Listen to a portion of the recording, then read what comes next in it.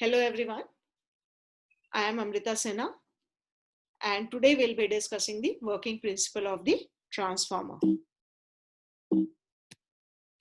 The topics to be covered today are the working principle of the transformer, the EMF equation will derive it, and we'll try to have a transformation ratio relation for the transformer.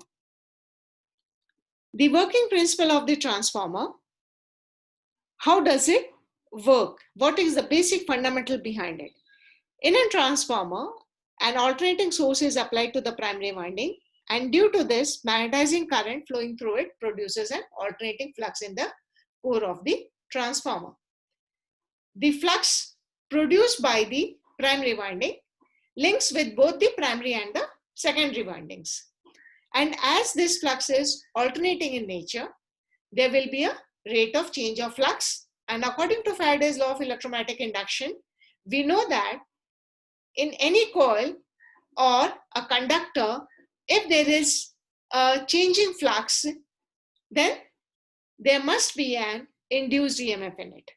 And as the current source to the primary is sinusoidal, the flux produced by the current source will be also sinusoidal. Hence, the function of flux can be considered as a sine wave.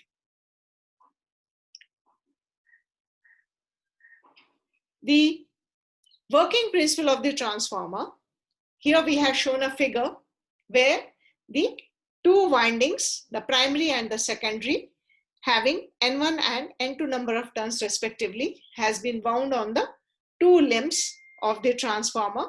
It is just shown for the convenience. We represent the transformer in this form, and the primary is being given a supply of V1. Now, the transformer working basically depends on the Faraday's law of electromagnetic induction.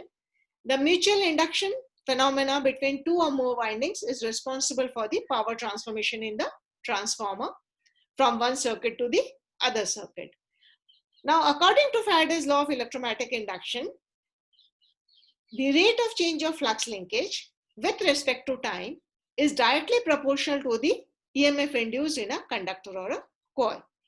Or we say that E is equal to N d phi by dt, and the minus sign over there is due to the Lenz's law, which says that the induced EMF will oppose the very cause which is producing it. That is, it will oppose the applied voltage V. Hence, we had written that E is equal to N d phi by dt, where E is the induced EMF, N is the number of turns, d phi is the change in the flux, and dt is the change in the time, or d phi by dt can be said to be as the rate of change of flux with respect to time. Now over here, we have just taken a common induced EMF E, but actually in the two windings, we'll have the two respective induced EMFs, that is E1 and E2, and E1 will be the primary induced EMF, E2 will be the secondary induced EMF. The EMF equation of a transformer will try to derive it out. Now mathematically, the derivative of the function will give the rate will give a function for the rate of change of flux linkage with respect to time. The flux at any instant is given by phi is equal to phi m sine omega t, because it is a sinusoidal waveform, where phi m is the maximum value of the flux. Now, the instantaneous value of the induced EMF will be given for the primary as, because it is having N1 number of turns, therefore E1 will be equal to minus N1 d phi by dt. Now phi, substitute phi is equal to phi m sine omega t and differentiate it with respect to time. You will get it as minus N1 omega phi m cos omega t, and because minus cos omega t, so when we convert it into the sine waveform, we get it as omega is 2 pi f N1 phi m sine omega t minus pi by 2, which is replaced in place of minus cos omega t. Now sine omega t minus pi by 2 means that the flux induces a sinusoidal voltage which is lagging behind the flux by 90 degrees. So if the flux is taken as reference, the induced EMF will lag by 90 degrees with respect to the flux. Now, over here we have just shown a transformer again with the primary and the secondary windings wound on the core, having N1 number of turns on the primary and N2 number of turns on the secondary coil. Now the maximum value of the induced EMF from the previous equation, we can say that because we had got it 2 pi f n1 phi m sine omega t minus pi by 2. So the sine term will be maximum when that sine value omega t minus pi by 2 is equal to 90 degree, or your sine value is taken to be maximum as 1. Hence we can write as E1 maximum is equal to 2 pi f n1 phi m. Therefore the RMS value will be, for a AC sine wave, you know that the RMS value is maximum value divided by root 2. So when you divide it by root 2, you will get it as E1 is equal to, where E1 is the RMS value of the induced EMF, is equal to root 2 pi f n1 phi m, and the mathematical value of root 2 into pi will give you as 4.44 f n1 phi m, where phi m is the maximum flux being induced, and this also equals the impressed voltage in the magnitude, because E1 is equal to E1. We have taken the ideal transformer over here. Therefore, the applied voltage will be equal to the induced EMF. Now, if your flux density is given by, the maximum flux density is given by Bm of the unit Tesla, then you can write, and A is the cross-sectional area of the core of the transformer, then we can say that phi m is equal to Bm by A, because your flux density is the flux divided by the cross-sectional area.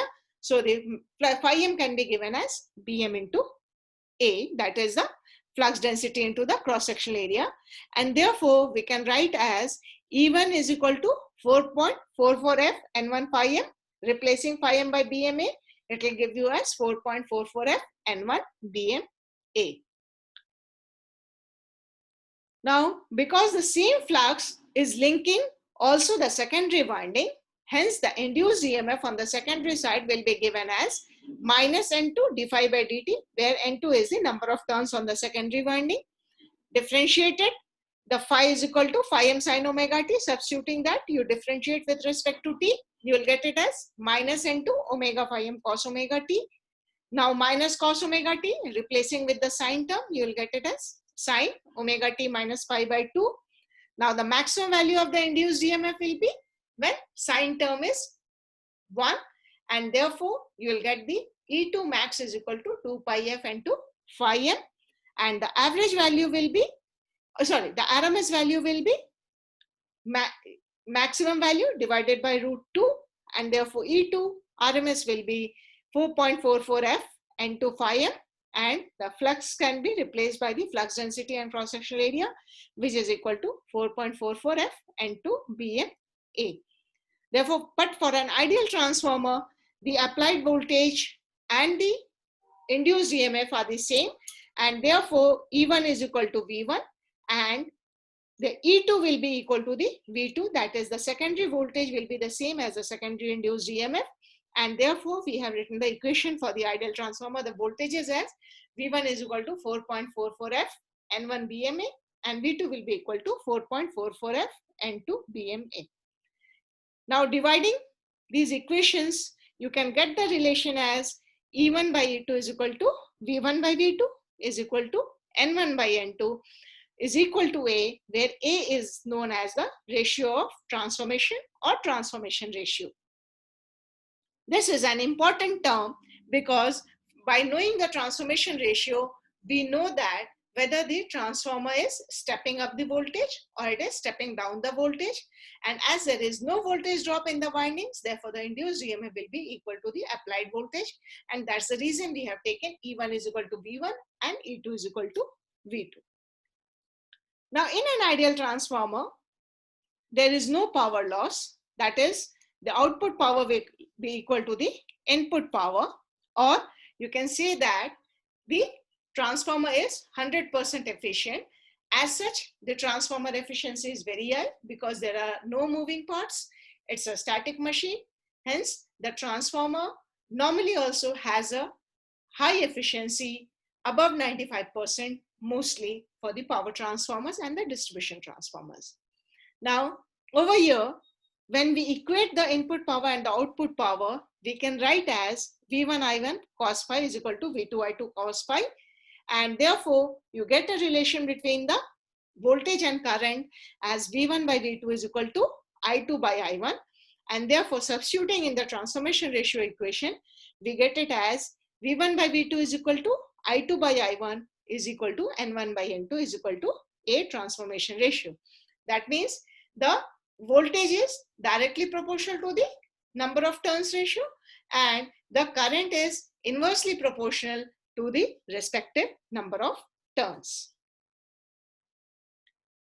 Now today we have studied about the working principle of the transformer.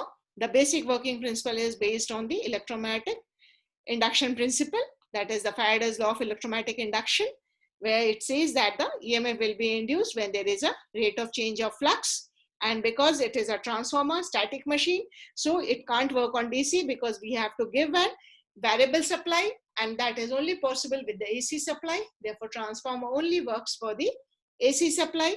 And you can see even in the EMF equation, it is a proportional to the supply frequency. F is the frequency of the supply. So the transformer, it's necessary to have an AC supply. The transformer works only for the alternating supply, not for the DC supply. Now we have derived the equation of V1 and V2, and we have derived the transformation ratio of the voltage and current with respect to the number of turns on the primary and the secondary coil. Thank you.